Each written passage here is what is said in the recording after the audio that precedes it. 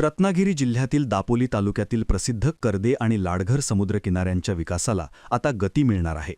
कर्दे गावाच्या समुद्रकिनाऱ्यासाठी ग्रामविकास अंतर्गत तब्बल 14 कोटी रुपयांचा निधी मंजूर करण्यात आला असून लाडघर किनाऱ्यासाठी 5 कोटी रुपयांची तरतूद करण्यात आली आहे. मंत्री आणि स्थानिक आमदार योगेशदादा कदम यांनी याबाबत माहिती देताना कोकणातील पर्यटन आणि स्थानिक कला जोपासण्यासाठी हे प्रकल्प महत्त्वाचे ठरणार असल्याचं सांगितलंय. एकंदरीत या निर्णयामुळे दापोली तालुक्यातील पर्यटन क्षेत्राला मोठी चालना मिळणार आहे. दापोली खरं तर असं एक शहर आहे किंवा असं एक गाव आहे, मी म्हणेन देवदत्तजी कोकणामधलं एकमेव ठिकाण आहे जे थंड हवेचं ठिकाण देखील आहे आणि जे ज्याला समुद्रकिनारा देखील आहे. त्याला मिनी महाबळेश्वर असं म्हणतात दापोलीला. परंतु आज पर्यटनाच्या दृष्टीने कोकणाचा हवा तसा विकास आजपर्यंत होऊ शकला नाही. त्याला आजपर्यंत का ती मानसिकता झालेली मला माहिती नाही. परंतु आता मात्र आम्ही ठरवलं आहे की मला वाटतं मागच्या वेळी मी त्याचा उल्लेख देखील इथे केला होता की ह्या वर्षी आपल्या कर्दे गावाचा असलेला समुद्रकिनारा, या एका कर्दे गावाच्या समुद्रकिनाऱ्याच्या विकासाकरिता 14 कोटीचा निधी ग्रामविकासच्या अंतर्गत आपण मंजूर करून घेतला आणि ह्या वर्षी आता लाडघरला पण 5 कोटीचा आपण निधी घेतला आहे. फक्त बीच वरती असलेल्या सगळ्या मूलभूत सुविधा उपलब्ध करणं आणि तिथे जे पर्यटक येतील त्यांच्यासाठी जे असलेल्या बेसिकच्या सुविधा तिथे उपलब्ध करणं, एवढाच फक्त बेसिक आपण गोष्टी करतोय. म्हणून मला वाटतं अशा पद्धतीने जोपर्यंत कोकणाचा विकास होत नाही तोपर्यंत मला वाटतं आपल्या महाराष्ट्रामधलं पर्यटन वाढणार नाही.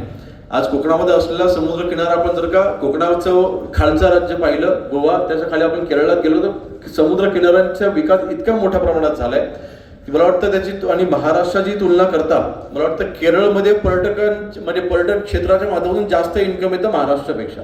म्हणून मला वाटतं ह्या दृष्टीने आपल्या कोकणाचा विकास व्हायचा असेल तर ज्यावेळेला पर्यटक वाढतील त्यावेळेला आपोआप इथली कला देखील जोपासली जाईल.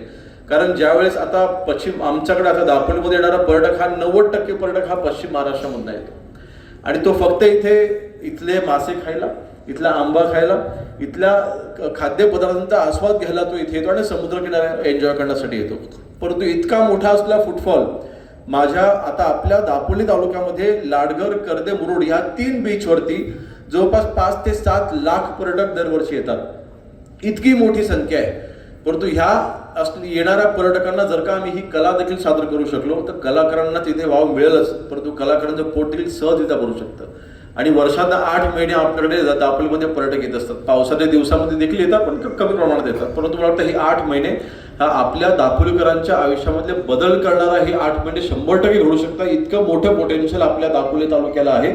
परंतु त्याचा बेसिक विकास म्हणजे त्याचा जोपर्यंत दापोली तालुक्याचा पाया मजबूत होत नाही, पर्यटनाच्या दृष्टीने आवश्यक असलेल्या जोपर्यंत बाबी आपण उभारत नाही. उदाहरणार्थ आपलं असलं हर्णे बंदर इतक्या वर्षापासून रखडलं होतं, परंतु आपण केंद्र शासनाच्या मार्फत जवळपास 205 कोटीचा आपण निधी आणला. त्या हर्णे बंदराचा विकास होते. आंतरराष्ट्रीय स्तराचं बंदर आपण उभं करतोय. मला ह्या व्यासपीठाच्या निमित्ताने एकनाथजी शिंदे साहेबांचे देखील मला आभार मानायला हवे. ते मुख्यमंत्री असताना आपण तो निधी केंद्रातनं आपण तो खेचून अक्षरशः आपण आणला आणि आज जेव्हा हर्णे बंदराचा विकास होईल तेव्हा आज आपले मला वाटतं मत्स्य विकास मंत्री आणि बंदरे मंत्री नितेश राणे यांनी जी रोरो चालू केली आहे मुंबईपासून ते आता डायरेक्ट सिंधुदुर्गात जाते, ती कुठेही रत्नागिरी जिल्ह्यामध्ये थांबत नाही. कारण आपल्याकडे तशा सुविधा उपलब्ध नाही. जी हर्णे बंदराची सुविधा उपलब्ध झाल्याच्या नंतर मला रत्नागिरी जिल्ह्याचा पहिला थांबा हा मला दापोलीत पाहिजे ही मागणी मी त्या दिवशी जाऊन केली आणि 100% ते देखील होईल.